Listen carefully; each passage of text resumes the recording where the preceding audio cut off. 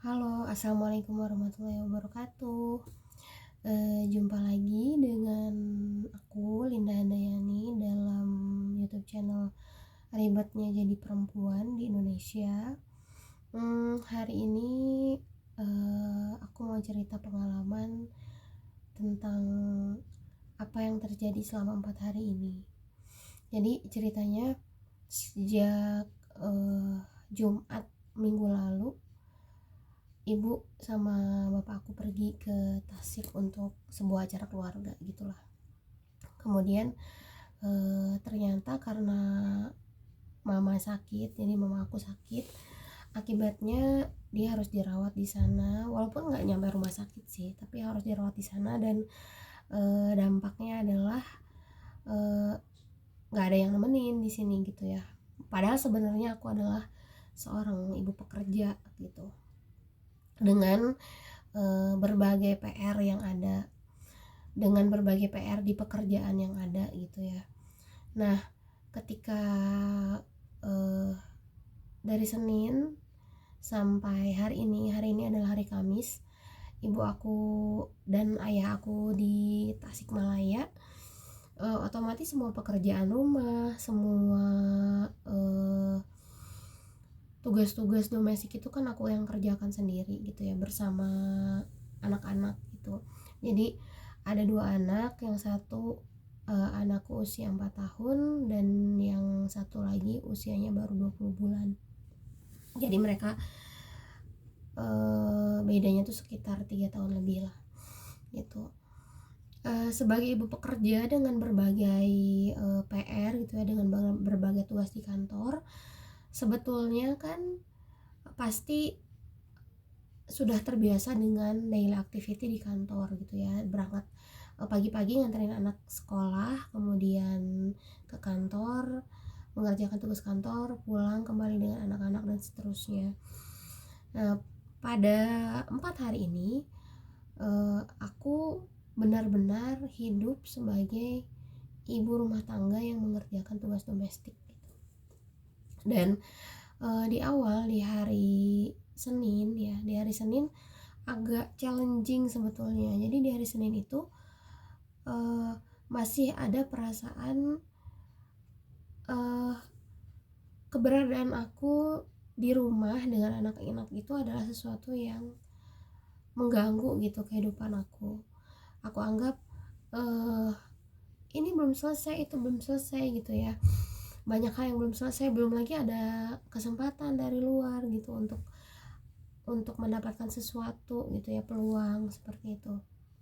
Jadi aku anggap apa yang aku dapatkan atau apa yang aku kerjakan selama di rumah adalah penghambat aku untuk mendapatkan sesuatu atau mengerjakan sesuatu di kantor kayak gitu ya, yang berkaitan dengan tugas aku. Di hari itu lantas aku berpikir, apapun yang datang dari luar berkaitan dengan kantor, berkaitan dengan peluang apapun yang berkaitan dengan karir, di detik itu, di hari itu tidak akan sedikit pun berpengaruh terhadap kehidupanku yang aku alami hari itu. Jadi akhirnya aku sadar dan aku mulai menyadarkan diri bahwa saat itu ya, sejak hari Senin, di hari Senin menjelang malam, saat itu aku berpikir yang bisa aku lakukan adalah menghadapi apa yang aku lihat, apa yang aku sentuh di hari itu. Pekerjaan kantor, peluang-peluang yang ada berkaitan dengan karir tidak akan bisa maksimal dikerjakan apabila memang saat ini aku sedang ada di rumah bersama anak-anak gitu ya. Dan akhirnya aku memutuskan untuk ya sudah, hari ini sampai 4 hari ke depan, ketika orang tua aku nggak ada, aku memilih untuk menutup laptop dan mengabaikan apapun yang ada berkaitan dengan pekerjaan. Pernah sih di hari kedua, hari Selasa, aku mencoba untuk membuka laptop dan untuk mencoba untuk apa ya, mencoba untuk mengobati diri gitu ya. Aku bisa gitu, aku bisa mengobati diri untuk menyebutkan aku bisa loh, ketika anak tidur aku bisa mengerjakan tugas aku gitu. Aku bisa mengerjakan tugas ketika anak-anak main dan seterusnya, dan ternyata memang tidak bisa fokus dan tidak akan maksimal pekerjaannya. Akhirnya aku memutuskan untuk mematikan laptop, memutuskan untuk mengabaikan WhatsApp dari kantor yang berkaitan dengan apapun berkaitan dengan pekerjaan, dan aku memutuskan untuk menyambut apapun yang ada di rumah, mengerjakan tugas rumah sebagai seorang istri, kayak ibu rumah tangga. Dan akhirnya memang pada hari kedua dan hari ketiga pekerjaan rumah seperti cuci baju, lipat baju, kemudian membereskan mainan anak gitu ya, pokoknya berbenah itu menjadi sesuatu yang menyenangkan. Dan walaupun memang ada satu yang terlewat juga ya, aku membiarkan anakku main, dan setelah itu aku membenahi barang-barang mereka gitu ya, tanpa aku sedikit pun mengintervensi mereka untuk belajar gitu ya, atau untuk menginsert satu pelajaran lah untuk mereka, itu terlewat. Dan tapi paling tidak waktu itu aku bisa beresin pakaian, rapiin lagi pakaian kakak, rapiin lagi pakaian dede gitu ya, terus cucian di belakang nggak terlalu numpuk gitu ya, terus dapur bisa bersih walaupun aku nggak masak gitu, walaupun memang aku nggak masak, aku beli, tapi dapur bisa bersih dan seterusnya. Jadi ada sesuatu yang aku nikmati di rumah gitu, dan aku tidak merasa terganggu dengan apa yang ada di luar aku gitu, dan dengan apa yang tidak bisa aku kendalikan saat itu. Di hari berikutnya anakku mau sekolah, dan akhirnya aku mengantar dia sekolah. Setelah itu berarti aku hanya merawat satu anak ya, anak kedua. Dan yang aku syukuri kemarin adalah aku bisa makan banyak dengan anakku. Kemudian kami bisa ke posyandu, lalu aku bisa tahu kondisi anak aku dari sisi tinggi badan, berat badan, lingkar kepala dan seterusnya. Nah setelah itu kita makan ya, dan setelah makan aku bisa cuci baju dan seterusnya, mengerjakan apa yang selayaknya dilakukan oleh seorang ibu rumah tangga. Kemudian aku bisa mengajari anak aku kata-kata gitu ya, kata-kata baru, dan itu bagian dari pendidikan untuk dia. Menyenangkan ya, menerima apa yang ada di hadapan kita, sadar bahwa kita tidak bisa mengubah apa-apa yang tidak terjangkau oleh diri kita. Maaf ya, aku batuk. Dan kesadaran ini membuat aku bisa mengurangi stres gitu ya, mengurangi stres yang terjadi akibat ekspektasi aku terhadap hari tersebut gitu sebenarnya, atau ekspektasi aku terhadap masa depan, atau ekspektasi aku terhadap diri aku sendiri kayak gitu. Kadang untuk ibu yang berkarir, kemudian dia berpikir dia harus meningkatkan kualitas diri dengan untuk meningkatkan karirnya, level di karirnya. Biasanya kehidupan yang penuh hiruk-pikuk domestik itu membuat dia jadi stres. Nah dengan hadir penuh ya, sadar penuh, hadir utuh di suatu tempat dimanapun, di kantor ya ingat kerjaan gitu ya, ngerjain kerjaan, fokus ke kerjaan. Di rumah ya kerjain pekerjaan rumah gitu, nggak ingat pekerjaan kantor. Itu lebih menyehatkan untuk seorang ibu yang bekerja dan dihadapkan dengan situasi yang tidak nyaman gitu ya, tidak sesuai dengan harapan.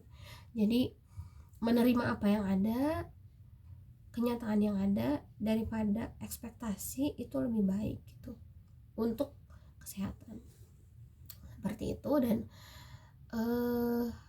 di hari kemarin sih memang di akhir hari ada sesuatu yang mengganggu, karena memang target hidup aku kembali lagi gitu datangnya, dan itu cukup mencuatkan perdebatan dengan suami. Tapi semakin lama selalu gitu ya, salah satu caranya adalah menyadarkan diri bahwa